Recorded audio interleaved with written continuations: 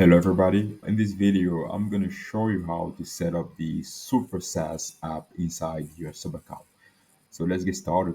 At the level for our marketplace, once you search for the app, you go at the install and then allow an install. You actually provide some credentials in order to get installation going. So let's do it right away. Account, continue, and you get success.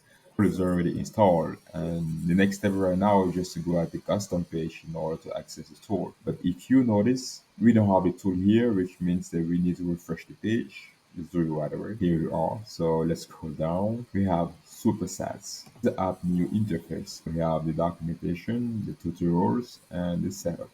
At the level of the documentation, if you go at the view, it provides you different steps that we follow in order to set up the app. At the level of tutorials, we have the Smart Queue guide that shows you how to get all the credentials. And down here, we have the setup video. And finally, at the level of setup, you can check the status of the app. That's pretty much it, guys. If you ever have any question, we have a very dedicated team who's also available 24/7 to answer to all your questions.